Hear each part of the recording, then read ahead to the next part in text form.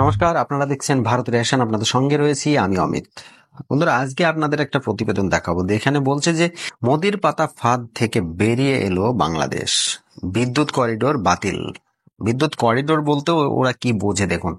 আজকে আমেরিকাকে তাদের সেনা ব্যবহার করার জন্য, সেনাকে দেশে রাখার জন্য তারা জায়গা দিতে পারে, কিন্তু আমাদের দেশের থেকে জলবিদ্যুৎ তৈরি হয়ে সেই বিদ্যুৎটা বাংলাদেশকে সাপ্লাই দিয়ে সেই বিদ্যুৎটাই ঘুরে আমাদের ভারতের বিহার এবং পশ্চিমবঙ্গের মধ্যে প্রবেশ করলে তখন কিন্তু আবার ওদের একটু প্রবলেম লেগে যায়। তাই কি বলছে যে প্রতিবেদনের যে টাইটেল থাম্বনেল সেগুলো দেখে কিন্তু মাথা অটোমেটিক্যালি গরম হয়ে যাবে। দেখছেন, মোদির বিদ্যুৎ ফাঁদকে বুড়ো আঙুল দেখালো ডক্টর ইউনূস।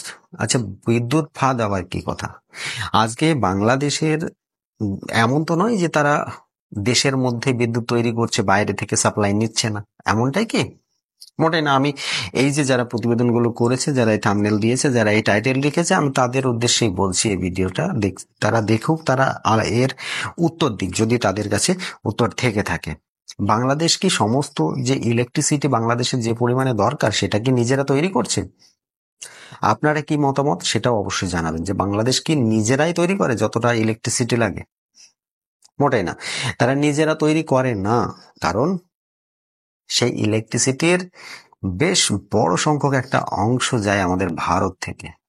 তবে বুঝতে পেরেছেন তো, আজকে জলবিদ্যুৎ ব্যবহার করে এই যে ব্রহ্মপুত্র নদী, যেটা আমাদের আসামের মধ্য দিয়ে বাংলাদেশে প্রবেশ করে, সেই উত্তর পূর্ব অঞ্চলের যে 7টি রাজ্য রয়েছে, সেই 7টি রাজ্যে আমাদের তো ইলেকট্রিসিটি দিচ্ছেই বরাবর।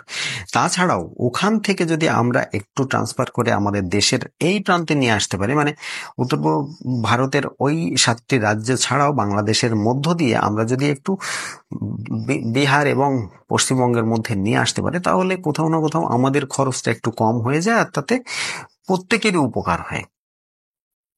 এখানে কিন্তু বাংলাদেশকে একদম মানে ফ্রি হিসাবে দেওয়া হচ্ছে না। বাংলাদেশে কি বলা হয়েছে, যে আমাদের দেশ থেকে যে ইলেকট্রিসিটিটা তোমাদের ওয়্যার দিয়ে আর কি বাংলাদেশের মধ্য দিয়ে আমাদের বিহারে আসবে, সেখানে যত পরিমাণ ইলেকট্রিসিটি দরকার আর কি, প্রায় 1000 মেগাওয়াট বিদ্যুতের দরকার, সেটা কিন্তু ওখান থেকে পূরণ করে নিতে পারবে বাংলাদেশিরা, সেটাই বলেছে। আর সেটা নিয়েই এদের আর কি মাথা ব্যথা।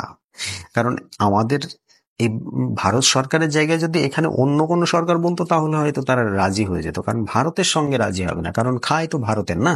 আর খেয়ে পাত ফুটো করা বা খেয়ে বিশ্বাসঘাতকতা করা, এটা হচ্ছে বাংলাদেশি মির্জাফরেদের কাজ। তাই ওরা ছাড়া আর কেউ করবে না এটা। দেখুন, একটা ছোট্ট একটা কথা বলি আপনাদের, যে নেপাল থেকে ভারতের করিডোর ব্যবহার করে আর কি, ভারতের ভূখণ্ড ব্যবহার করে ভারতের যে হাই টেনশন যে ইলেকট্রিসিটি ওয়্যার, সেইটা দিয়ে বাংলাদেশের মধ্যে ইলেকট্রিসিটি যাচ্ছে। আর তার জন্য অলরেডি কিন্তু অ্যাপ্রুভ করে দিয়েছে আমাদের ভারত সরকার, এবং নেপালের তরফ থেকেও এটা ফাইনাল হয়ে আছে। এখন শুধু কাজ করতে বাকি, নেপাল থেকে সাপ্লাই আসবে, সেটা ভারতের মধ্যে দিয়ে যাবে বাংলাদেশে। আচ্ছা, আমরা যদি এই রুটটা তৈরি করে দিতে পারি, তাহলে বাংলাদেশ কেন সাধারণ একটা রুট তাদের নিজেদের সুবিধার্থে তারা কেন করে দিতে পারবে না? পার্থক্যটা এইখানে। আমরা ভারতীয় আর ওরা হলো বাংলাদেশি। এই দুটো পার্থক্য হচ্ছে সবচাইতে বড় একটা ব্যাপার। যদি বাংলাদেশের মানুষ তাদের নিজেদের যে রুট, সেই রুটটা থেকে বেরিয়ে আসবে, তাহলে কি করে হবে? মির্জাফরের বংশধর যারা আছে আর কি, তাদেরকে তো বাঁচিয়ে রাখতে হবে কোনো না কোনো রকম ভাবে। এরা সেই ব্যবস্থাটাই করছে। তো চলুন একটা প্রতিবেদন আপনাদেরকে দেখে আসি কি। আচ্ছা দেখুন, ডক্টর ইউনূস আসার পর থেকে না বাংলাদেশের মিডিয়ারা বিশেষ করে অত্যন্ত বাড়াবাড়ি বেড়ে গিয়েছে। আর সেই বেড়ে যাওয়ার জন্য আজকে আপনাদের সামনে প্রতিবেদন তুলে ধরতে হচ্ছে।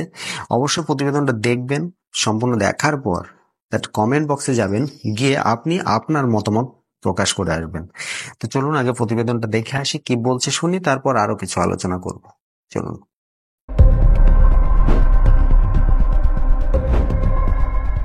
শুরুতেই বলতে হয়, বাংলাদেশ কি ভারতের বিদ্যুৎ করিডোরের গোপন ট্রান্সমিশন ট্র্যাপে পড়তে যাচ্ছিল? এই প্রশ্নের উত্তরে বলতে হতো হয়তোবা হ্যাঁ। কিন্তু ডক্টর মোহাম্মদ ইউনূসের অন্তর্বর্তীকালীন সরকার ক্ষমতায় আসার পর পাল্টে যায় পুরো দৃশ্যপট। 2023 সালে যখন শেখ হাসিনার সরকার ভারতের সঙ্গে একের পর এক বিদ্যুৎ চুক্তি করছিল, তখন বিদ্যুৎ বিভাগের অনেক প্রকৌশলী এই চুক্তিকে বলেছিলেন কৌশলগত আত্মহত্যা। অথচ আওয়ামী লীগের ভারত ঘেঁষা নীতির কারণে সমস্ত আপত্তি বাতিল করে দিয়ে প্রকল্পটি এগিয়ে নেওয়া হচ্ছিল। লক্ষ্য ছিল 117 কিলোমিটার দীর্ঘ 565 কেভি বিদ্যুৎ করিডোর ভারতের বোরানগড় থেকে পার্বতীপুর হয়ে বিহারের কাটিহারে পৌঁছানো। বিনিময়ে বাংলাদেশ পাবে মাত্র 1000 মেগাওয়াট বিদ্যুৎ। এ যেন নরেন্দ্র মোদীর সাধু মুখোশের আড়ালে এক আগ্রাসন, যা কিনা ছিল বাংলাদেশকে বিদ্যুতের তারে বেঁধে ফেলার ফাঁদ। কিন্তু ঘটনা উল্টে যায় যখন এলেন অন্তর্বর্তীকালীন সরকারের প্রধান উপদেষ্টা ডক্টর মোহাম্মদ ইউনূস। শুরু হলো জবাবদিহিতার পালা। তিনি ক্ষমতায় এসেই প্রস্তাবিত করিডোরটি নিয়ে পুনর্মূল্যায়ন শুরু করেন। সরকারি সূত্র জানায়, এই প্রকল্প এখন কার্যত বাতিলের পথে।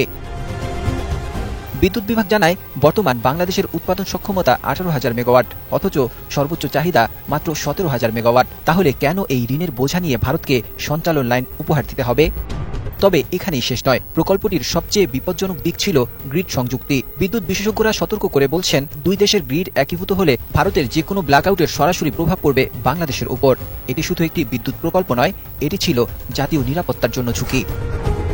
আরও ভয়ঙ্কর দিক হল, এই বিদ্যুৎ ভারত নিয়ে আসছে ব্রহ্মপুত্র নদের ভারতীয় অংশে নির্মিত জলবিদ্যুৎ প্রকল্প থেকে। ভারত সেখানে বাদ দিচ্ছে, যার ফলে কমে যেতে পারে বাংলাদেশের পানি প্রবাহ, বিপর্যস্ত হতে পারে নদী, কৃষি ও জীববৈচিত্র্য। এই ভয়ঙ্কর প্রকল্পটি বাস্তবায়ন হলে ব্রহ্মপুত্র ধ্বংস হয়ে যেতে পারে, যা বাংলাদেশের গোটা উত্তরাঞ্চলের জীবনে বিপর্যয় ডেকে আনবে।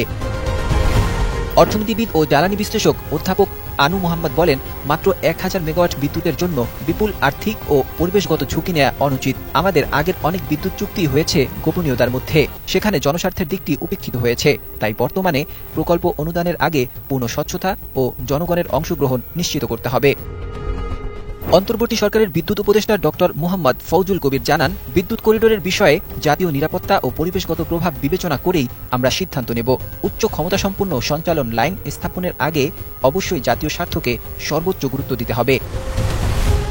ডক্টর মোহাম্মদ ইউনূসের নেতৃত্বে এখন বাংলাদেশ সামনের এক নতুন ভবিষ্যতের পথে, যেখানে অর্থনৈতিক হিসাব, পরিবেশগত দায়িত্ববোধ এবং কৌশলগত নিরাপত্তা একত্রে বিবেচিত হয়। আর ডক্টর মোহাম্মদ ইউনূস ভারতীয় আগ্রাসনের ফাঁদ থেকে বাংলাদেশকে তুলে আনতে নিচ্ছেন একের পর এক কৌশলগত পদক্ষেপ। এরা একটা কথা বারবার ব্যবহার করে, সেটা হচ্ছে ভারতের আগ্রাসন। আচ্ছা, অ্যাগ্রেশনটা কি? ভারতের কোন অ্যাগ্রেশন, কোন পাকা ধানে মইটা আপনাদের দিয়েছে বলুন তো? ভারত কি করেছে আপনাদের? এই যে নেপাল থেকে ইলেকট্রিসিটি পাচ্ছিলেন না, সেটার জন্য রাস্তা করে দিল ভারত। ভারত যদি বলতো দেব না, যেমনটা আর কি হয়েছে আর কি, এই যে ট্রান্সশিপমেন্ট বাতিল করে দিয়েছে, তার জন্য বাংলাদেশের যে সমস্ত বড় মাঝারি যে সমস্ত টেক্সটাইল কোম্পানিগুলো রয়েছে, তারা তো পথে বসতে চলেছে। প্রায় 200-র বেশি টেক্সটাইল কোম্পানি যেগুলো রয়েছে প্রায় বন্ধ হয়ে গিয়েছে বাংলাদেশে। অ্যাগ্রেশন করেন, এগুলো কি অ্যাগ্রেশন? আর বলুন তো, এই ডক্টর মোহাম্মদ ইউনূস এসে কোন এইগুলো স্থগিত করেছে? ও তো ভারত সাপ্লাই করছে না, তাদের সঙ্গে ভারত কথা বলছে না। ভারতের সরকার কি বলছে যে কোনো নির্বাচিত সরকার ছাড়া আমরা কথা বলবো না।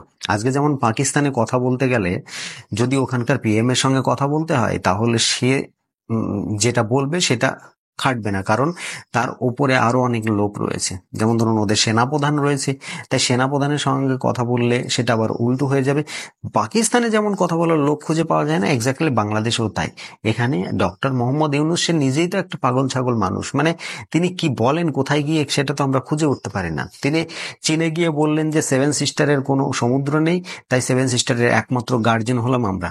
ভাই, দেশটা আমাদের ভারতবর্ষ, আর সেই ভারতবর্ষের 7টা রাজ্য, তাদের গার্জেন তুমি ভাই কি করে হতে গেলে?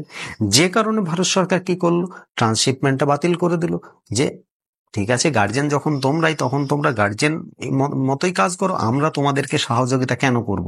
তাই ভারত থেকে যে ইউরোপ কান্ট্রি এবং বিভিন্ন আদার্স কান্ট্রিতে বাংলাদেশের যে ইগুলো যেত, শিপমেন্টগুলো যেত, সেগুলো কিন্তু তারা বন্ধ করে দিল, ভারত বন্ধ করে দিল।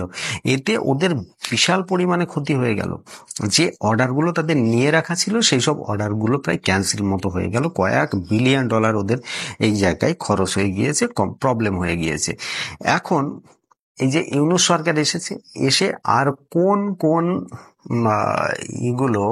প্রজেক্টগুলো তারা বন্ধ করেছে বলুন তো? বন্ধ ইউনূস সরকার করেনি, বন্ধ করেছে ভারত সরকার, নরেন্দ্র মোদী সরকার। তিনি বন্ধ করেছেন। কেন করেছেন? যে পার্টিকুলার কোনো একটা নির্বাচিত সরকার ছাড়া আমরা অন্য কারোর সঙ্গে কথা বলবো না। জনগণের সঙ্গে কথা বলে কোনো লাভ নেই যতক্ষণ না নির্বাচিত সরকার আসছে। নির্বাচিত সরকার আসবে, তাদের একটা দায়িত্ব থাকবে কি সমাজের প্রতি।